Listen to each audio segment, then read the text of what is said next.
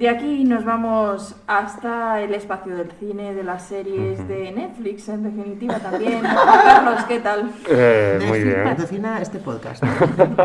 No, lo peor es que no. Ya nos No, gustaría. ya. No queda otra. Yo solo digo, las salas parece que están, ¿no?, reviviendo, pero bueno, hoy seguimos en plataforma. De hecho, va muy ligado, no sé cómo nos ponemos de acuerdo, pero hablando de maricones, ahora vamos a hablar de seres a los que le meten la mano por el culo, cosa que siempre pues son, ¿no? ¿Estamos hablando de las nuevas PCRs? Seres que siempre van a despertar mi simpatía, la verdad, pero bueno, como buen amante de la nostalgia, pues la plataforma de Disney Plus me está viniendo de lujo, ¿no?, para ver esas series como La Banda del Patio o Raven sin tener que buscarla en internet y bueno, lo cualísima guay, que es una pena que no siga, pero bueno, eso es otro tema. Vamos a decir que para verlas legalmente. Sí. Pero bueno, al final se paga, pero porque te quiero decir, eso es una forma de atrapar. Porque yo ya, ahora con la serie de Marvel y la de Star Wars, yo ya lo pago con gusto. Total. Bueno, Esta gente sabe muy bien, ¿no?, decir vamos a tope con la nostalgia y nos van a destrozar. Y precisamente esta misma semana llega Star, que es como la suma del canal adulto de Disney Plus, donde van a meter un montón de contenidos de series tipo Expediente X24, Perdido, Mujeres Desesperadas, Las Chicas de Oro. Ahora se está volviendo loca. Es que has dicho con contenido adulto y se Claro. va a dar la vuelta a los ojos. Claro, ¿Me vas a perdonar? porque- ¿Has dicho las chicas de oro? Sí, la van a Las chicas traer. de oro. Bueno, yo tengo que hacerme Disney Plus. ¿Sabes? Entonces, Ya está. lo que pasa que, claro, como cogían un contenido que decían que era muy infantil, que al final yo pienso que Disney, bueno, hay de todo, y infantil. Luego te censuran los Aristogato y Peter Pan, pero... son especialitos en su casa, total. También van a traer ahora películas tipo de Fox, como La Jungla de Cristal, Deadpool, Alien. Entonces el coste va a sumar 2 euros, que son 8,99. Pero por si fuera foco, Disney saca un nuevo cartucho recuperando a unos viejos conocidos.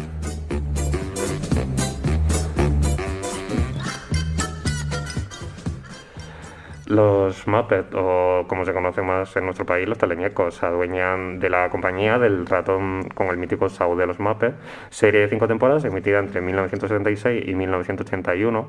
Todo el mundo conoce a esta simpática marioneta. Su origen viene gracias a su creador Jim Henson, que saltó a la fama gracias a Barrio Sésamo, creando a varios personajes de los míticos del programa junto a Frank Oz, como A.P. Blas, Paco Pico o la propia Rana Gustavo. Sin embargo, Henson quería hacer un programa para adultos y abandonó Barrio Sésamo para emprender una nueva andadura en el Saturday Night Live, en el que tuvo una sección propia que acabaría derivando en The Muppet Show. Este show arrancó en los 70, estaba presentado por la Rana Gustavo, que acogía en cada entrega a una estrella invitada de carne y hueso, mientras trataba de mantener el orden entre bambalinas. Que, por cierto, la marioneta más icónica de Henson fue creada inicialmente a partir de un abrigo azul turquesa de su madre y una pelota de ping-pong. Entre las celebridades que se dejaron ver en el espacio se encuentran Steve Martin, Julie Andrews, Liza Minnelli, Mark Hamill o Elton John. Y es que además de los sketches, las actuaciones musicales eran uno de los principales reclamos de este grupo de personajes. Del Ikea se sale, pero del Mana Mana no.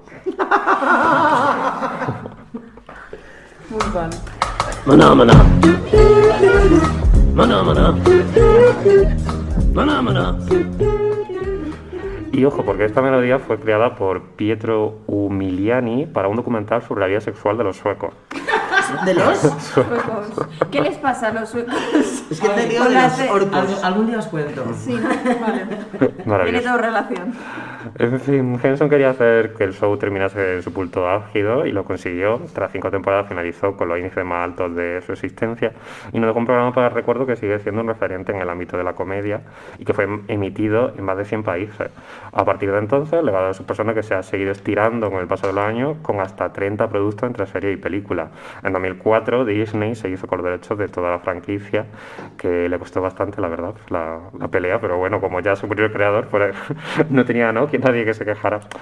Por su parte, Jim Henson perpetuó su legado como figura clave del cine de animación de efectos físicos, ejerciendo de director en clásicos como Cristal Oscuro, Fraggle Rock o Dentro del laberinto. 120 episodios de aventuras se suman a Disney Plus, recordando al mítico espectáculo de variedades que convirtió a personajes como el oso Fossi, la Rana Gustavo o la cerdita Peggy en estrellas que sobrepararon la barrera del entretenimiento infantil. Y yo la verdad no sé si es por recuerdo de infancias, yo creo que sobre todo hablando de edades, yo creo que por ¿Por qué me varios has hecho así con la manita? Sí, porque yo creo que te quiero decir, ¿de qué conoces tú a la Rana Gustavo? Yo no Yo creo pues que yo por mí por Barrio Sésamo. yo por Barrio Sésamo, pero vamos, que yo, aunque no lo parezca, soy periodista de primera carrera, alguien me tuvo que influir. La rana. Absolutamente. Pero es que yo vivía convencida de que Disney era una cosa caduca porque dije esto se va a acabar. Ellos no tienen tanto que ofrecer. Llega un momento en que la nostalgia se iba a acabar, pero no siempre. Hombre, Ah, más. si tienes dinero para comprar otras cosas, otras Totalmente, cosas, es o sea, que que han sacado no te mucho. acabas nunca. Es que es Teniendo los tremendo. derechos de todo, ya sabes, es como esta serie. Oye, perdona, una duda que sacan todo. os he dicho así al principio ya, porque yo no lo sé, y así para que quede claro para quien nos escuche. ¿Aumenta el precio de Disney Plus porque Sí. sí o sí tienes que pagar la parte adulto o puedes pagar solo una de las Creo que ya partes? está incluido. Ah, vale, Entonces no lo puedes quitar. vale. Hombre, bueno, Tener al más menos cosas. hay opciones. Lo que pasa que es eso, que te quiero decir, teniendo los derechos de todo como no tienen de todo, ya sacan cualquier cosa del cajón como esto, que lleva 30 años que nadie lo podía encontrar y de repente... Pero ahora Pues mismo no. Disney es la plataforma más rentable, claro. Sí, de hecho Sí. hace poco salieron los datos Claro, y ha los... crecido Sí, en sí. usuarios lo que tenía pensado hasta 2024. Claro, en plan, en un año han hecho lo que pensaban hacer en 4, Claro. entonces es una locura. Pero nada, hasta que nos compren, a ver si llega el día, porque vamos, necesito un contrato ya. Sí, pero es que favoreces más a Netflix que Claro, a Juan Disney. Carlos, es que a todo no se puede. Así no se... Por favor, ¿puedo reivindicar una sección de Mira, clásicos, Disney, de clásicos de los buenos de Disney Plus? Reivindico. Claro, pero O de los sea, buenos, ¿qué es lo que piensas tú? clásicos de los buenos. O sea, clásicos de los buenos, si se lo digo a él va a pensar lo mismo que yo, porque es lo que tiene ser separados al nacer con unos cuantos años de diferencia. No, pero un Robin Hood, Aristogatos, estos clásicos de los que no. Pero traerlos hablan de para hablar, princesas. dice. Merlín. Claro, Merlín. Vale. Las películas que no nos jodieron la cabeza. Yo digo, realmente, luego pasa lo que pasa. ¿Cuántos tenemos de aquí Disney? Yo no. Plus. Yo compartido, Yo porque me viene... 3 a y menos de la mitad de la mesa. Entonces al final, ¿Netflix quién tiene? casi todos. ¿no? Sí, la Eva, gran no tienes de mayoría. nada. Yo tengo cuevana. Eva, Lo robas. Eva, ¿no robas. tienes de nada? Sí, tengo Amazon Prime. Bueno. Bueno, algo es algo. Algo es algo. Todo ¿Tenerlo significa pagarlo o que se lo mangues a alguien? Yo lo considero... Yo pago todo, yo pago todo. Eva, mira los envíos. Los ojos le delatan. Claro. Sí, Amazon sí. Prime se paga. Ah, Sí, bien. pero porque le traen los paquetes más rápido, no por el contenido. O sea, a ver si ahora vamos a ser... ¿Qué es esto? Al final, vale, compartir es vivir.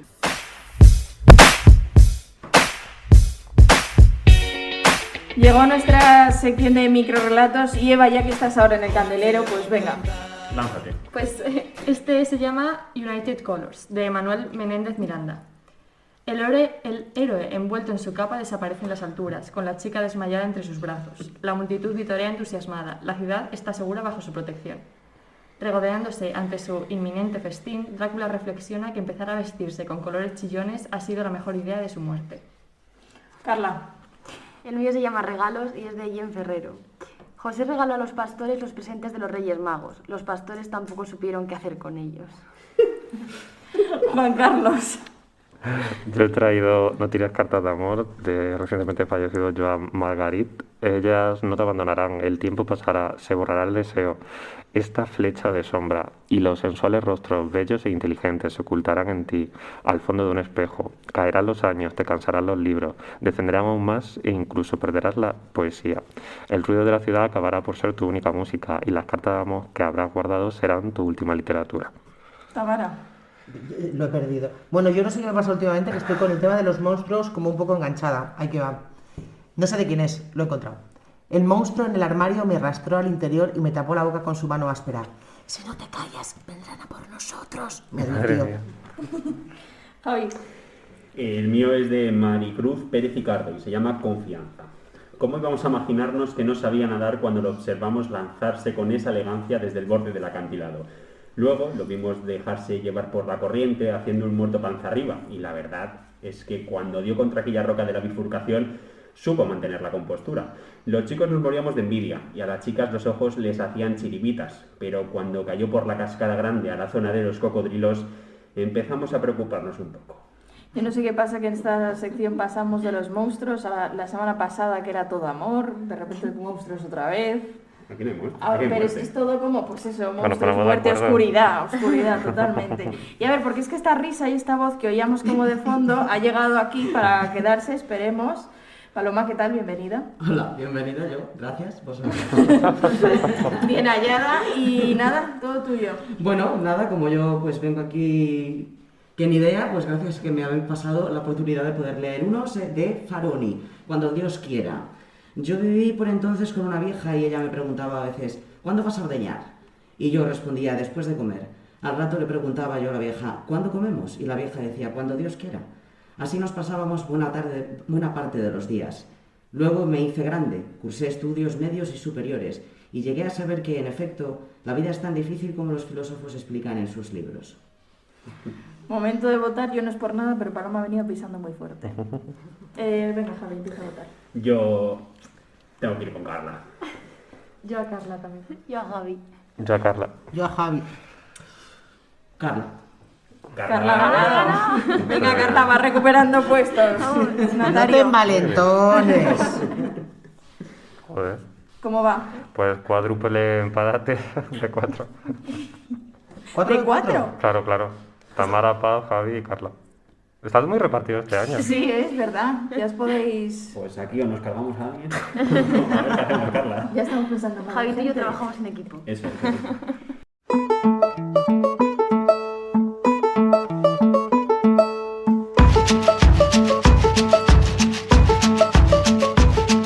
Bueno, esta semana volvemos Bueno, diría que para mí es un clásico, aunque creo que sí que se podría hablar de este libro como un clásico de la literatura contemporánea. Y es Las intermitencias de la muerte del Premio Nobel de Literatura y conocido de sobra por todos, eso espero, José Saramago.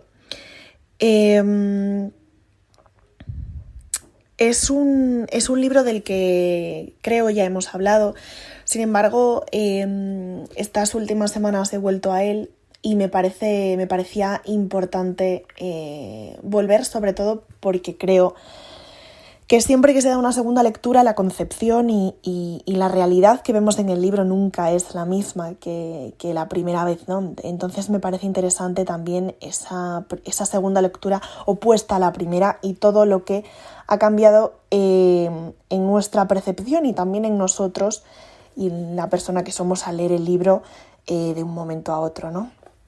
Las intermitencias de la muerte es un libro de los que yo llamo... forma parte de una categoría en la que yo incido mucho en eso del plano reflexivo, ¿no? Que más de lo que nos cuenta la novela es cómo nosotros tratamos a la novela o cómo la novela se relaciona con nosotros. Al final, pues cada uno tenemos nuestra propia historia, nuestras propias condiciones o lo que nos hace ser como somos y la manera en la que nos relacionamos con las novelas dice mucho. Es decir, nosotros cuando tenemos una lectura somos parte implicada, no somos un sujeto receptor simplemente de palabras, sino que nos envolvemos y nos implicamos con la lectura. Entonces, en ese caso, el cómo cada uno se relaciona pues dice mucho, efectivamente, y por no repetir pues, de cada uno de nosotros, ¿no? Las intermitencias de la muerte plantea un país con un nombre que no se conoce, que de repente, de un día para otro, se empieza a producir un suceso muy extraño, que es que la gente deja de morir. La gente no se muere. ¿Qué pasa? Que la euforia colectiva se desata. Qué bien que no nos morimos, es el miedo por excelencia, diríamos que esa incógnita que nos ha asolado a todos alguna vez, de repente dejamos de tener ese problema, ¿no? Nadie se muere. ¿Qué pasa? Que esa euforia del primer momento, el saber que no nos vamos a morir, deja paso a la desesperación y también al caos. A también conciencias corrompidas, como dice aquí en la propia sinopsis del libro, por acuerdos entre caballeros, explícitos o tácitos, entre también el poder político, las mafias y las familias. Pues evidentemente si las personas no mueren, eso no quiere decir que el tiempo se haya detenido. ¿Qué pasa? Que plantea un mundo en el que el destino de los humanos es una vejez eterna donde los ancianos los ancianos son detestados por haberse convertido en estorbos inamovibles, hasta el día en que inevitablemente la muerte decide regresar, ¿no? Creo que es un libro que más allá de lo que, como os decía antes, más allá de lo que cuenta, simplemente es también ese plano reflexivo y lo que nos hace pensar, ¿no? El hecho de que muchas veces, y esto ya es a título personal, temamos ciertas cosas, los miedos al final tienen mucho punto de irracionalidad, algunos basados sobre una base que no lo es, pero luego los miedos en sí son irracionales, ¿no? Y el hecho de que nos sentemos frente a ellos y le demos esa vuelta a ese pensamiento también ayuda mucho. Y creo que novelas como esta cumplen también esa función, o por lo menos conmigo lo hacen, de reflexionar o de mirar las cosas con cierta perspectiva, ¿no? Es la única manera de reflexionarlo de un modo correcto, por decirlo de algún modo. Entonces, bueno, ya digo, es una novela para leer, es además bastante cortita, no es muy densa y animo, evidentemente, a todos a que la leáis. Creo que la mejor manera de resumiros la novela es leyéndoos pues, el inicio de la misma, las primeras líneas de eso, porque plantea precisamente ese mundo que de repente ha sobrevenido de un día para otro, ¿no?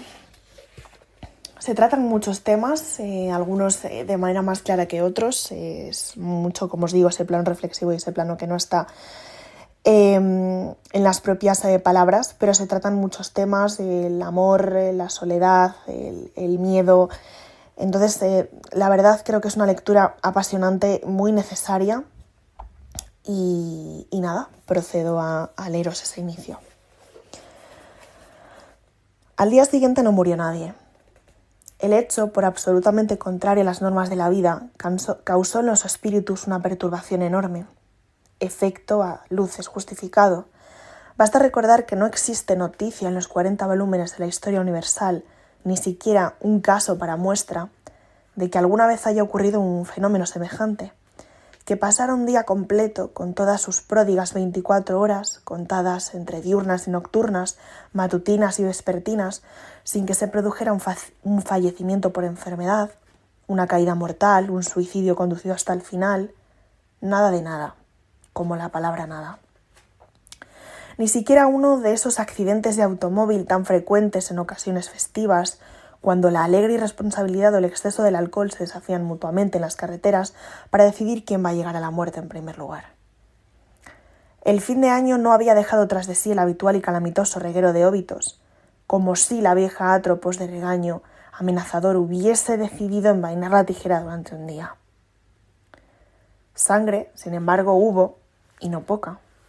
Desorientados, confusos, horrorizados, dominando a duras penas las náuseas, los bomberos extraían de la amalgama de destrozos míseros cuerpos humanos que, de acuerdo con la lógica matemática de las colisiones, deberían estar muertos y bien muertos, pero que, pese a la gravedad de las heridas y de los traumatismos sufridos, se mantenían vivos, y así eran transportados a los hospitales, bajo el sonido dilacerante de las sirenas de las ambulancias. Ninguna de esas personas moriría en el camino y todas iban a desmentir los más pesimistas pronósticos médicos. Este pobre diablo no tiene remedio posible, no merece la pena perder tiempo operándolo, le decía el cirujano a la enfermera mientras ésta le ajustaba la mascarilla a la cara. Realmente no hubiera salvación para el desdichado del día anterior, pero lo que quedaba claro era que la víctima se negaba a morir en este. Bueno, creo que ya dibuja bastante bien estas primeras líneas lo que es la novela. Lo que nos vamos a encontrar creo que da lugar a muchas sorpresas, sobre todo por todos los temas que tratan. Me parece que hablar de temática y de determinadas cuestiones sería destripar bastante lo que es la novela en sí, así que nada, os dejo con esa recomendación hasta la semana que viene.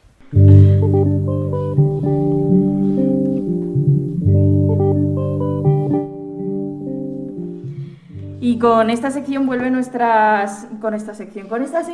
vuelve nuestra sección de poesía, que precisamente Irene dejó con Joan Margarit, una semana después falleció. Y esta semana... Joder, volvemos... qué testigo más sí, bueno. No, a ver qué nos traes. No vaya a ser que... ¿A quién matamos esta semana? Nada, tranquilos, ya está muerto. ¡Ah, bien! Igual resucita. Vaya día, o sea que... Sí, la verdad, este programa está siendo... Especial Halloween un poquito Totalmente, ¿qué nos ha pasado? Tampoco trasnochado esto. Que vamos a nuestro ritmo. Abrimos de nuevo nuestra sección de poesía y ahora pues la estrena Paloma, que vamos a empezar. ¿Por qué vamos a hablar hoy? Bueno, vamos a a hablar del poema The Old Triangle, el viejo triángulo, que es atribuido a Brendan Behan, pero no del todo. Vamos a hablar un poquito primero de Brendan Behan, que es un dublinés que nace en el 23, en una familia obrera, pobre, pero muy culta y muy profundamente republicana. Y desde los 14 ya empieza a coquetear con el IRA a través de la Cena Eiran, que es la organización juvenil, es como la cantera del IRA. Y a los 16 entra en activo en el IRA y es detenido en Liverpool en una operación que él se la quise y se la come, no autorizada ni siquiera por IRA provisional, con explosivos, y es condenado a un año en un reformatorio en Inglaterra. En el 41 sale, vuelve a Inglaterra y allí en el 42 le esperaba un tribunal militar y le sentencia a 14 años, que creo que cumplió como 8, por intento de asesinato a 2 policías británicos, y lo hizo, que esto es lo importante, en la prisión de Mountjoy. Y es precisamente la cárcel donde Behan ya había coqueteado con la poesía más republicana y más independentista, pero es aquí donde realmente empieza a escribir, tanto en inglés como en irlandés, que también lo perfecciona. La cárcel da mucho tiempo para muchas cosas. Lo que tiene. Sobre todo eso. Escribió un guión radiofónico, que es aquí donde empieza la historia, que bueno, no le interesó en aquel entonces, en los años 50 ya, era muy común lo del teatro en la radio, es algo que se podría volver a hacer. El caso es que este guión no le interesa a nadie, pero el propietario del teatro Pike Theatre le ve salida y decide modificarlo, ayudarle a modificarlo para llevarlo a escena. Y nace así The Queer Fellow, y en el 54 se estrena. The Queer Fellow es con jerga carcelaria, es colega en capilla, es condenado a muerte. El poema del que vamos a hablar es el que comienza la obra. Bueno, la obra está escrita en jerga carcelaria, la acción se desarrolla durante las horas que preceden a una ejecución, a la ejecución de un chaval. Y Behan, eso sí, no pretende en ningún momento de la obra hacer un manifiesto contra la pena capital, sino más bien realizar una reflexión sobre la situación de los reclusos y sus emociones. Pero quiero reseñar que realmente este poema es de su colega Dickie Shannon, el viejo Dickie. Es simplemente su colega borracho que también estuvo en Mountjoy. Estos dos, claro, pues tela marinera, lo que podían beber y lo que podían escribir es algo que está muy relacionado con la poesía irlandesa, por cierto. Con Irlanda en general. Yo iba a decir con la poesía en general, pero ¿acaso...? No quiero hablar de mis problemas personales. El caso es que Behan tampoco afirmó que el poema no era suyo y lo escribieron juntos en taberna. Y tras el éxito de la obra en Londres, llega a Broadway, donde ya consigue éxito internacional. ¿Y qué es lo que ocurre con un irlandés con éxito en Estados Unidos? Pues se convierte en el Danny Boy del momento. Y se hacen virales sus entrevistas borrachísimo, además por estilo el mineralismo gallego. Gracias por la referencia, Sí, gracias. Estaba pensando, por favor, arrabal. Y claro, esto, bueno, le convierte básicamente en el cliché bufón del irlandés borracho y vago. Es más un fenómeno televisivo que un autor, pero es justo en esta época que ya él está muy mal de salud por el alcohol, que escribe The Postal Boy, que es otra obra, que es El chico de reformatorio, y hace referencia precisamente a ese primer año de reformatorio en su vida. Vamos a escuchar el poema en español, para que luego vamos a entender realmente el ritmo de él. Dice: una sensación de hambre se apoderó de mí, y los ratones chillaban en mi celda de la prisión. Y ese viejo triángulo tintineaba a lo largo de las orillas del Canal Real. Al empezar la mañana, el alcaide grita: levántate de la cama y limpia tu celda. Y el carcelero espiaba al rezagado que dormía mientras tendido lloraba por sus chicas Sal. Y ese viejo triángulo tintineaba a lo largo de las orillas del Canal Real.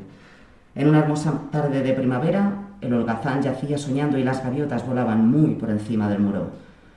Oh, el viento suspiraba y el día moría, mientras el holgazán yacía llorando en su celda de la prisión. Y ese viejo triángulo tintineaba sangrando a lo largo de las orillas del Canal Real.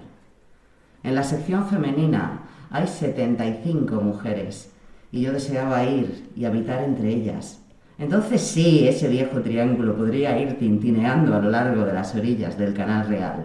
Oh, a lo largo de las orillas del Canal Real. Ahora sí podemos poner la canción. Quisiera hablar un poquito de, no sé si tengo tiempo, Sí. de la lingüística y el doble sentido realmente de este poema. Porque aquí cuando además se recita o se canta, ha llegado al punto de la sección femenina, siempre se oye un y efectivamente, claro, hablamos de la soledad, de la juventud, del no hacer más que añorar y esperar, perder el tiempo en la celda, y ese triángulo que es a falta de reloj en un espacio donde no pasa el tiempo, ese triángulo es el que tin, tin, tin, tin, marca el tiempo de los presos, al mismo tiempo que significa, no soy una TERF, pero en aquel entonces esto era así, ese triángulo significa, básicamente es el símbolo de la mujer. Ellos saben que hay 75 mujeres al otro lado, en el otro pabellón, y las orillas del canal real y el repletito de agua creo que no necesita mayor explicación. Así que nada, vamos con la canción, que es la versión de Luke Perry, anda que... Un Luke Perry, 1910. Me encantaría, de Luke Kelly, de Dubliners, que es en el Lieder Circus de Alemania en el 74. A hungry feeling came o'er me stealing. All the mice were squealing in my prison cell, and the old triangle went jingle, jangle. Qué curioso cómo ha dado tanto de sí un poema, que es muy interesante ver de dónde viene, por dónde empieza. Por cierto, ¿qué de obras atribuidas a quien no son sus autores? Cantidad, pero entre ellos, como colegas, Dick y Shannon realmente le daba bastante igual. Es la familia quien después, sí, la familia de Shannon... Lo reclama. Es que los herederos de los derechos de autor lo ponen todo muy difícil, sobre todo en teatro. Bueno, aquí no se perdona nada. Bueno, es muy interesante que de hecho vean lo que él dice, que el poema no es suyo, que es de un colega, pero que no va a llegar a escucharlo jamás porque no tiene medios, dado que es casi un vagabundo, cosa que no era real. Dick Shannon realmente era un hombre muy culto, sin medios, pobre. Es cierto que no tenía gramófono ni radio. Entonces, bueno, suponemos que realmente no llegó a escucharlo jamás. Si supiera que al final acabó siendo una canción. ¿Quién se lo iba a decir? Pues, Paloma, muchas gracias por habernos abierto este mundo irlandés y poético, y esperamos más en 2 semanas. Por supuesto.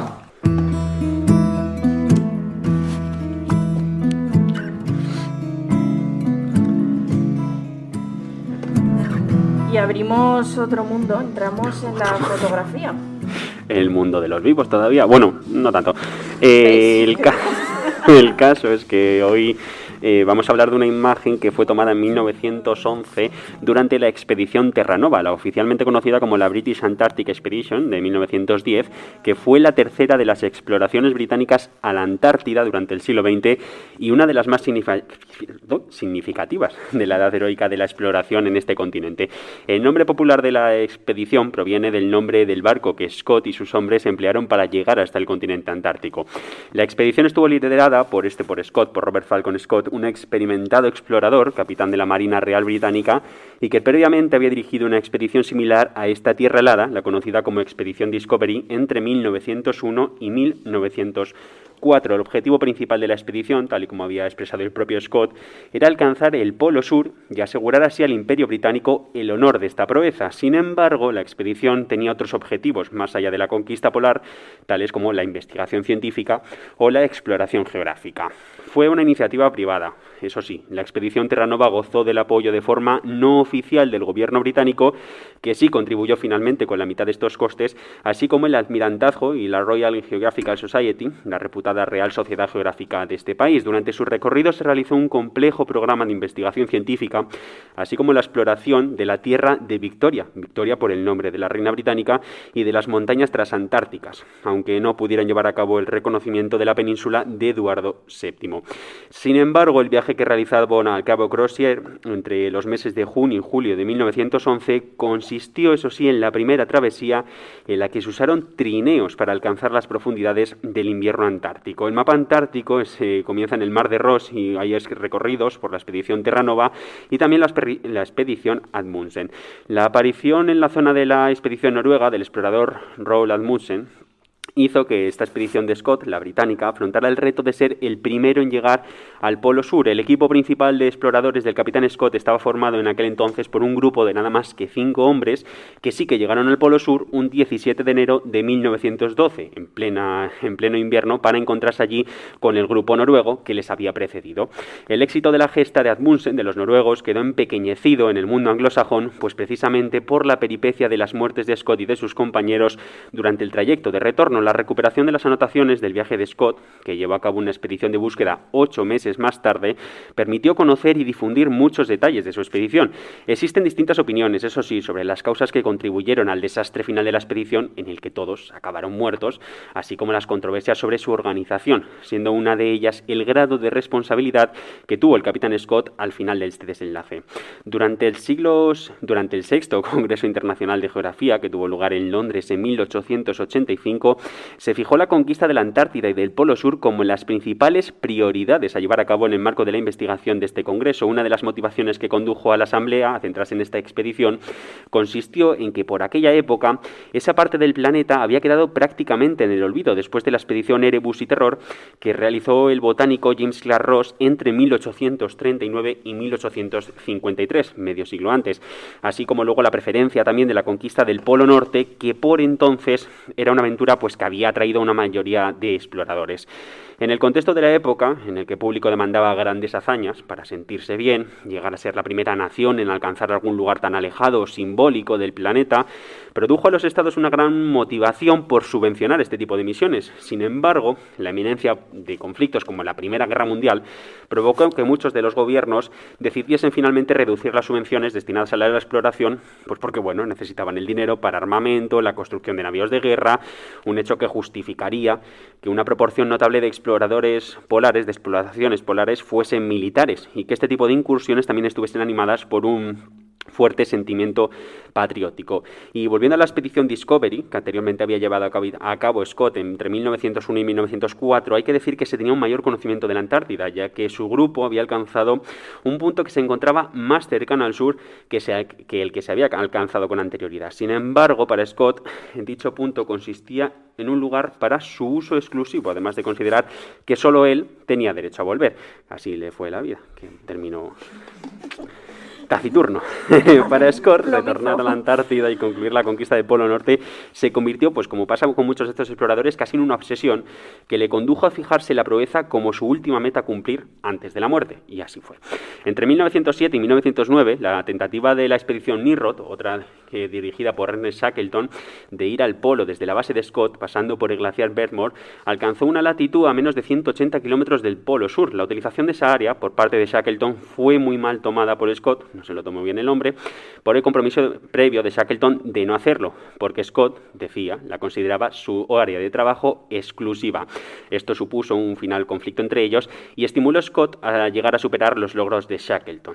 Scott veía en Shackleton un rival por su popularidad, y es que en efecto Shackleton fue recibido como un héroe, no tanto como Scott, porque nunca llegó a regresar, en 1909 y fue alabado también por la prensa, incluso fue convertido en noble por Eduardo VII, algo que bueno, que era lo que Scott quería haber hecho, pero que finalmente no pudo.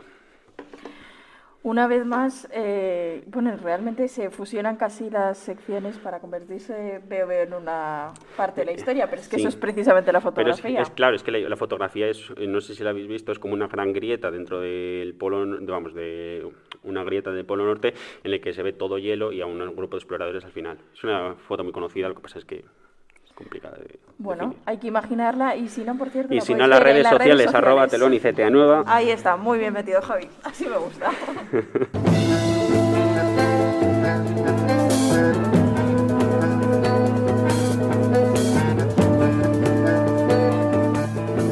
Buenas tardes, Basilia, ¿qué tal? Una semana más abrimos esta despensa del tiempo y hoy hablamos de un tema importantísimo en realidad. Pues sí, buena, lo primero, y sí, hoy hablamos, 27 de febrero, es el Día Mundial del Trasplante de órganos y de tejidos. Y nada, así que hoy nos vamos a meter un poquito en este tema. Además, un tema, el de los trasplantes de órganos, en el que España lleva muchísimos años siendo el primer país del mundo en donación de órganos, lo cual pues nos honra mucho, la verdad, es una maravilla. La verdad es que sí, yo me metí hoy porque ese dato sí lo conocía, pero no sabía cuánto, y creo que recordad que he visto que son 114 donantes por millón. Así que aún así parece que está un poquito... 140. O sea, somos de los más del mundo. Somos de los que más, pero en realidad hace falta más. O sea, que me parece a mí que nos tenemos que aplicar más, totalmente. Sí.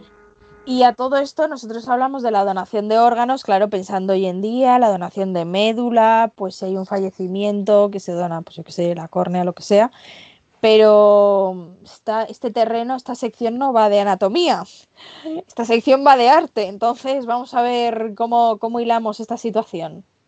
Pues mira, venimos con una obra, pero primero, de hecho española, pero primero vamos a hablar de una pequeña introducción que me ha parecido bastante interesante del tema del trasplante, porque en la antigüedad se hacían muchas cosas, muchas más que no sabremos, y entonces los primeros datos históricos que hay, que existen, que podemos ver escritos, son de India.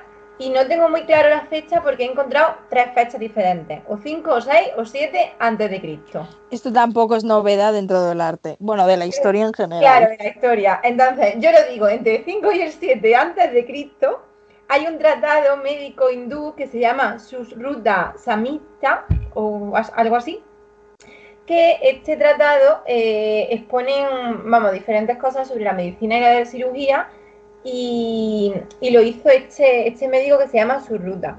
Hay el mito de este tratado, porque el tratado no lo hizo generalmente solamente este médico, sino que este médico era como el jefe o el líder de una escuela de medicina importante, y el mito cuenta que los conocimientos que él tenía y que proyectó en el libro y en la escuela se lo dio directamente el dios Dhanavantari, ¿vale? Que es como un avatar del dios Vishnu, que se considera el médico de los dioses y el dios de la medicina ayurvédica. Yo la pronunciación lo siento mucho, pero el hindú todavía no lo manejamos tampoco.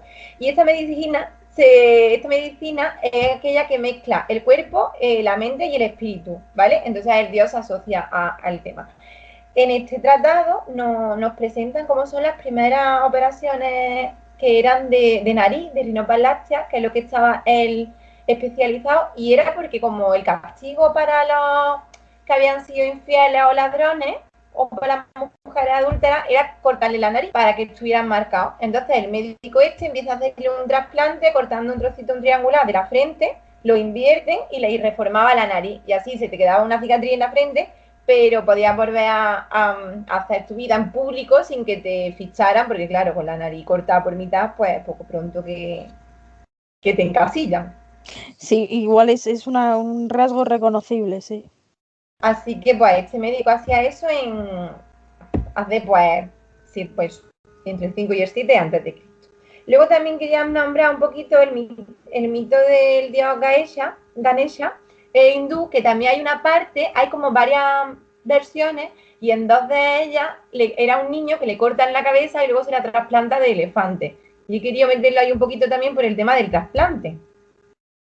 Porque en algunas versiones este dio la cabeza de elefante por ético, era porque al niño le cortaron la cabeza. En una versión sin querer y en otra queriendo. También hay que decirlo todo. Pero por lo menos se la arreglaron.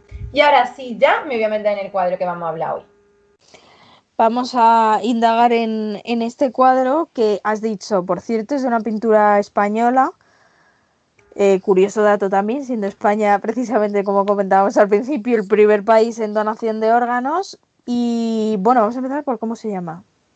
Sí, este cuadro es la representación de San Cosme, el milagro de San Cosme y San Damián, que es una obra pintada por Fernando del Rincón, y es un óleo sobre tabla de 1510.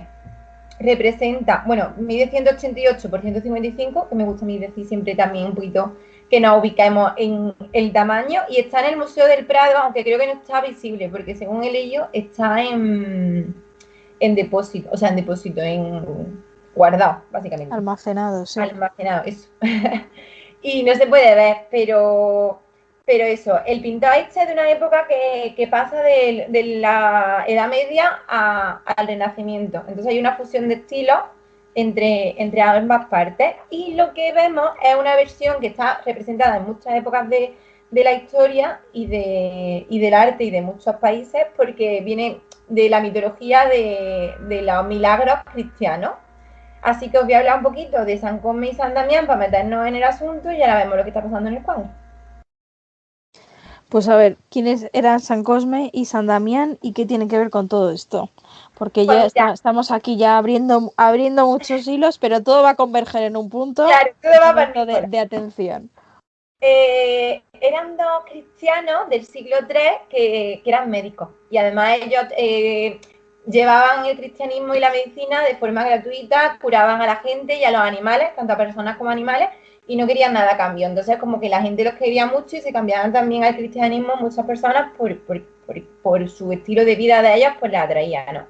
¿Qué pasa? Que en el siglo IV hubo muchas persecuciones a cristianos y estos dos, que eran unos hermanos gemelos y tenían otros cuantos más, fueron perseguidos, fueron torturados y al final fueron decapitados. Entonces, claro, más tarde se convirtieron en santos, pero se los cargaron. En la época esta, cristianos, en la época de cuando antes de que el cristianismo fuera aceptado y que luego fuera proclamado como la religión del Imperio Romano, se cargaron a tutiplén. Entonces, este milagro, en realidad esta obra viene en dos milagros, lo que pasa es que uno es muy sutil en la parte de abajo. Vemos a San Cosme a la izquierda y San Damián a la derecha, y relata la historia de que el personaje que está en el fondo, que está en la cama sentado, está tumbado, pero está durmiendo, es el diácono Justiniano y tiene un problema en la pierna, que tiene una enfermedad que se va a morir, que la tiene gangrenada y que se la tienen que cortar. En la imagen vemos que San Cosme está, que hemos dicho que es el de la izquierda, está con una especie de cajita o de tarro y con una palitina, y está haciéndole un ungüento con el que le han pegado la pierna, porque le van a hacer un trasplante, que es de lo que venimos a hablar aquí, de pierna al Justiniano para que no se muera y le quitarle la gangrena. A la derecha está San Damián, que por una parte le está pegando la pierna y por la otra parte se la está bendiciendo. Si nos fijamos, la pierna que tiene es una pierna de una persona de color, que sale en la parte de abajo del cuadro. Sale un hombre que era un gladiador que había fallecido y estaba enterrado en el cementerio. Entonces fueron a por el cuerpo de él y como tenía la pierna sana le hicieron el intercambio. Se supone que es un milagro porque el hombre este estaba soñando, le rezó a San Cosme y a San Damián por su vida y por su pierna, y entonces cuando él soñó que bajaban, que le hacían el trasplante, ¿no? Y que cuando despertó se notaba bien, se notaba mejor, y cuando abrió la cama se vio que tenía la pierna de la otra persona, ¿no? Y que se encontraba bien. Entonces fue al cementerio y abrieron la tumba del gladiador etíope que había fallecido, tenía la pierna del enfermo. Ese es un milagro por un lado. Y por el otro lado, a la derecha sale un personaje que tiene una serpiente en la boca, que está el pobre tico como ahí ahogado, y eso se refiere a otro milagro que hicieron ellos, que este hombre, pues mientras dormía, se le había metido una víbora y le sacaron la serpiente. Está ahí como cortado en el cuadro, pero haciéndole guiño a los dos milagros. Y nada, para terminar, que San Cosme y San Damián son los patronos de los médicos y sobre todo de los cirujanos. Es como al final todo tenía una relación, solo era cuestión de esperar, de tirar el hilo hasta llegar a donde queríamos. Qué interesante esta historia y que nos sirve pues tanto tiempo después, ¿no?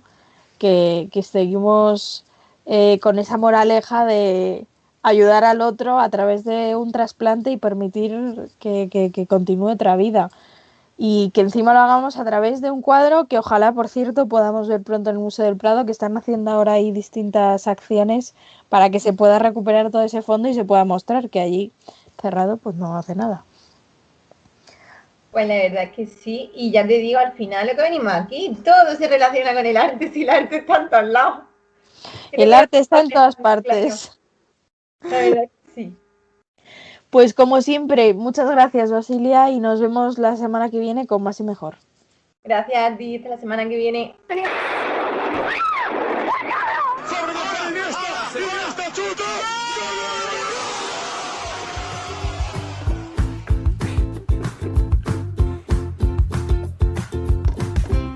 ¿En qué capítulo de la historia entramos hoy? Pues en un capítulo Curioso, pero antes yo quiero dejar sobre la mesa la hazaña de la semana pasada de la onda Perseverance que llegó a Marte. Bueno, es verdad. Que me pareció muy curioso. Y además se dijo así como, ya hemos llegado a Marte. Digo, así como, no. Pues nada, ya hemos llegado a Marte. Digo, pero a ver. También las imágenes que han ya traído de momento, un cacho piedra. La NASA en su canal lo podías ver en directo. Y en castellano también. Un canal era muy curioso. Sí. Bueno, pues después de esto van a subir la tarifa con el canal de la NASA. Pues si lo recordamos, el mes pasado hablamos también de Napoleón en estas historietas de la historia y hoy vamos a hablar de Napoleón, pero no de Napoleón. Vamos a hablar de viajes, porque si veo medio en historiarte, pues en historiarte me meto en arquitectura. Voy como una matrioshka. Todo por ser anarquista, todo por la anarquía, no pasa nada. El caso es que vamos a hablar de Egipto y los viajes. Tras la llegada de Napoleón y su comisión de sabios precisamente a este país en Egipto en 1789, con la consiguiente difusión de la egiptomanía por toda Europa, debido a una gran publicación de libros sobre la descripción de Egipto, una obra magna de más de 30 volúmenes donde se recogían las maravillas naturales y monumentales de este país del Nilo, Egipto pasó a ser un destino muy codiciado por los viajeros y los exploradores en busca de aventuras, al menos eso es lo que se creía aquí en Europa. Asimismo, el desciframiento de los jeroglíficos, gracias a la piedra Rosetta, muy conocida gracias al francés Jean-François Champollion, en 1822, devolvería esta voz sorda a la antigua cultura después de milenios de un silencio abrumador. Miles de investigadores, aventureros, artistas y curiosos empezaron a recalar en Egipto con la intención de conocer su pasado y de contemplar en primera persona los vestigios de la que empezaba a revelarse como una de las civilizaciones más fascinantes de la historia, también de las primeras, todo hay que decirlo. Artistas como el británico David Roberts, que viajó a Egipto en 1838, nos mostraron a estos primeros viajeros del siglo XIX que contemplaban las ruinas de los templos y los colosos cubiertos parcialmente por la inmisericordia, eso sí, arena del desierto Sahara. Dawi, poetas, escritores y pintores acudirán en tropel a visitar Egipto a partir de entonces, antes de los primeros turistas que irán llegando después en pequeños grupos y más tarde pues de manera masiva, como ha sido hasta justo hace un año y medio. Egipto se convirtió entonces en la segunda mitad del siglo XIX en uno de los principales destinos turísticos del mundo y eso es en gran parte mérito de un hombre que enseguida se dio cuenta del potencial del país para el turismo organizado. Precisamente el que se dio cuenta fue un británico, Thomas Cook, considerado el padre del turismo. Thomas Cook, que ahora no lo había pensado, pero es justo el nombre de una empresa británica de viajes. Exactamente. Es que justo me ha venido. Que algo se debe. Pues uno de los hechos fundamentales que marcaría un antes y un después en el desarrollo del turismo en Egipto sería la apertura del canal de Suez, aquel que comunica el Mar Rojo con el Mar Mediterráneo, es decir, aquel que comunica Asia con Europa y consiguientemente con América. Este acontecimiento supuso que ese mismo año la agencia de viajes fundada por Thomas Cook, que ya lleva unos años, comenzase a vender viajes organizados desde Londres a El Cairo. Un año después, en 1870, Cook publicó la primera guía turística de Egipto y en ella, del mismo modo que en las guías actuales, se daba al viajero, sobre todo claro el británico y de clase media, que era quien podía pagarlo, consejos prácticos, direcciones y datos útiles pues para su periplo por el norte de África. Pero Thomas Cook no se estableció solo en Egipto, porque es que la primera agencia de viajes del mundo organizó otros viajes a lugares del Imperio Británico como China, India o el Mar Rojo. En los inicios del turismo, la mejor ruta a Egipto, también eso, la más barata, era la que atravesaba Europa en tren hasta Brindisi, en Italia, y desde allí continuaba en barco hasta Port Said, en Egipto. Pero sería, como ya hemos apuntado, el descubrimiento de la tumba de Tutankamón por el egiptólogo británico Howard Carter en 1922, unos años más tarde, casi 50 años más tarde, lo que daría un impulso definitivo al turismo en Egipto. En los años 20 y 30 del siglo XX, los turistas ricos y de clase media europeos y estadounidenses empezaron a viajar a Egipto masivamente en tours organizados. Estos paquetes incluían un viaje en tren, en coche-cama o en barco de vapor desde diferentes puertos europeos hasta Alejandría o Port Said o el hotel. También era normalmente de lujo, porque claro, tú quieres ir a verlo, pero de aquella manera, el viaje en tren se hacía desde Alejandría o Port Said hasta Asuán, para luego coger un crucero por el Nilo. El caso es que, bueno, pues en aquel momento los europeos y los estadounidenses éramos como los chinos ahora. Bueno, es que realmente diría que Egipto es de los lugares probablemente más turísticos, posiblemente también por su inmensidad y por toda la historia que obviamente contiene. y al final se ha hecho expansivo hasta que España se ha convertido en Claro, el es que top del turismo. Es que ahí está el tema, es que Egipto nunca ha dejado de estar de moda, porque con la llegada de los vuelos comerciales a lo largo del siglo XX y principios del XXI, pues el turismo no ha hecho más que aumentar, como estamos comentando. Actualmente recibe millones de visitantes cada año, eso sí, antes de la pandemia. Concretamente en 2019 Egipto llegó a recibir 13 millones de turistas, lejos de los que recogemos aquí en España o Francia o Estados Unidos, que son los 3 países, si no recuerdo mal, que más turistas han recibido en los últimos años, pero Egipto, de toda África, es el país que más recibe. El encanto del país no disminuye por el potencial del viajero, que es que son descubrimientos arqueológicos que, bien quieras que no dejan de sucederse en el país, son casi como Italia, que abren una zanja y se encuentran algo, y la próxima apertura, claro, de un gran museo de Egipto junto a las pirámides de Giza, que bueno, también contribuirán a incrementar pues el número de visitantes de todo el mundo de una manera exponencial. Y es que lo que decíamos, Egipto no ha dejado de ser uno de los lugares del planeta que más ha fascinado y sigue fascinando a los viajeros y turistas, pues que estamos por todo el mundo. Y que ojalá pudiéramos ir. Ojalá pudiéramos ir. En cualquier ir. momento, en general, ahora en particular, pero sí, la verdad creo que es uno de esos sitios que debe de impactar muchísimo. ¿Alguien está en Egipto? No, pero yo desde pequeñita era siempre, mamá, vamos aquí, madre, no. De todas formas, siempre tengo entendido que para ver realmente Egipto hay que ir a Londres. Claro, es que ese es el tema, porque al final el Imperio Británico es lo que ha hecho, ha expoliado todos los países de donde ha estado, India, Egipto y por toda África, todo lo que se le ha llevado a Londres, y al final el British Museum es la mejor forma de conocer el resto de colonias, porque esto es verdad. Sí, pero debe impactar ver una pirámide, solo pensar, Hombre, pero sí, claro. por favor. Es que Sí, no, un viaje a Egipto tiene que ser, pero sobre todo por historia. Sí, totalmente. Pues curioso este viaje a la historia y esta apertura del turismo, que hoy nos parece lo más común, de hecho es la forma de vida para la mayor parte de españoles, que es lo que recupera este país. Ya no, ese es el problema, pero que bueno, que sí lo ha sido. Gracias, Javi. A vosotros. Y yo deshago el desempate... No, el desempate no, el empate. No hay desempate. Sí, hay empate. Sí, hay 2 y 2. Es verdad, 2 y 2. Yo también me voy con John Prim porque Pitingo. Siempre está en mi contra, Javi, de verdad. No, es que me parece insultante. Voy a dedicarle este programa a Pitingo, a ver qué opina. A ver quién hace un documental, que se lo pasen a Disney. Le podemos invitar a que nos... Ojalá, seguro que no está haciendo nada interesante. ¡Hala, venga! No, pero que venga y haga la versión en directo, ¿sabes? Entre amigos. Bueno, ahí queda. Chicos, como cada semana, gracias por haber venido, por haber hecho posible este programa. A los que estáis del otro lado, pues por escucharlo, porque si no, de poco serviría lo que estamos haciendo. Y por supuesto a la Sala 9 Norte por permitirnos que cada semana Telón y Cuenta Nueva siga en todas las plataformas, siga en el aire. Nos despedimos con María Guerrero, que decía que hay que nutrirse de lo vivido. No te pierdas en el anhelo, porque lo que ha sido sentido siempre permanece vivo en el alma por entero. Muchas gracias y hasta la semana que viene. Adiós.